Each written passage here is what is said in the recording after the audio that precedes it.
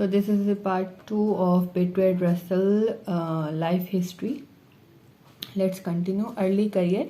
In 1896, Russell commenced publishing his work with German Social Democracy, a political study that was the initial indication of a lifelong interest in political and social theory. The same year only, he started teaching German social democracy at the London School of Economics. Russell was a member of the Coefficients Dining Club of Social Reformers, which was established by the Fabian campaigners. Which was established by the Fabian campaigners, Sidney and Beatrice Webb in 1902. He devoted himself immensely into the study of the foundations of mathematics and at Trinity. During the same time, he originated Russell's paradox, challenging the basis of the set theory. His first foremost book on mathematical logic got published in 1903, named The Principles of Mathematics. The book revealed that mathematics could be understood from a very small number of principles and contributed considerably to logicism cause. In 1905, he completed his essay on denoting, which was later published in the Philosophical Journal. Mind. In 1908, he became associated with the Royal Society. Also, Russell and Whitehead together wrote the book Principia Mathematica, whose first 3 volumes got published in 1910. Both the books published gave Russell so much popularity that he became world famous in this history. In the same year, he became a lecturer in the University of Cambridge. Soon after, he got an approach from Ludwig Wittgenstein, a student of the Austrian engineering. This student became a PhD student under Russell, and he seen him as a genius and a successor of all his works on logic. Russell used to spend a considerable time in dealing with various phobias of Wittgenstein. In 1918, he lectured on logical atomism, his own version on these ideas. First World War. During this war period, Russell became one of the very few intellectuals who were involved in pacifist activities. In 1960, he was thrown from the Trinity College because of his opinion under the Defense of the Realm Act. He was also fined of £100, but he denied payment of the same in the hope that he would be imprisoned. They did not send him in prison, rather sold his books in auction to raise money. Russell was given back his responsibilities in 1919,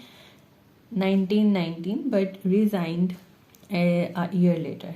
In 1926, he became a Turner lecturer and later from 1944 to 49 became a fellow again. Later, Russell was charged of the lecturing in the public against welcoming the US to enter the war on Britain's side. As a result, he was imprisoned for 6 months in Brixton prison. Russell was released in September 1918.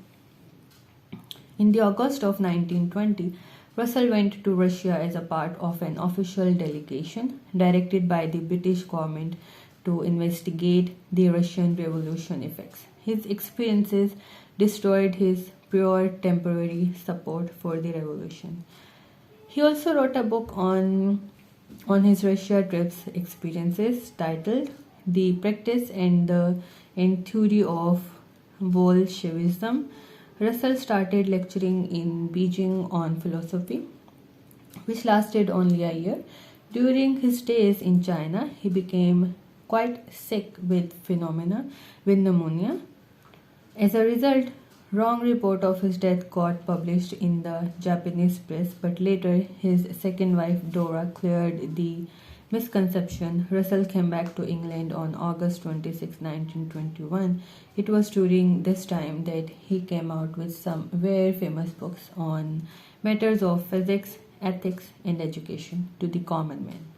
In 1927, Russell established the experimental uh, Beacon Hill School but left it in 1932. In 1931, following Frank's death, Russell became the third Earl Russell. Later life. Russell took part in many broadcasts on BBC. He gained a lot of popularity also apart from his academic circle. As an author of magazine or newspaper articles, his book A History of Western Philosophy became one of the best sellers. Death. Russell died on February 2nd, 1970 due to influenza at his home in Penrhyn-Dewdreth, Merionethshire, Wales. Bertrand Russell was cremated on 5th February 1970 in Cloyne Bay. According to the will of Russell, no religious ceremony took place on his cremation. His ashes were later spread over the Welsh mountains.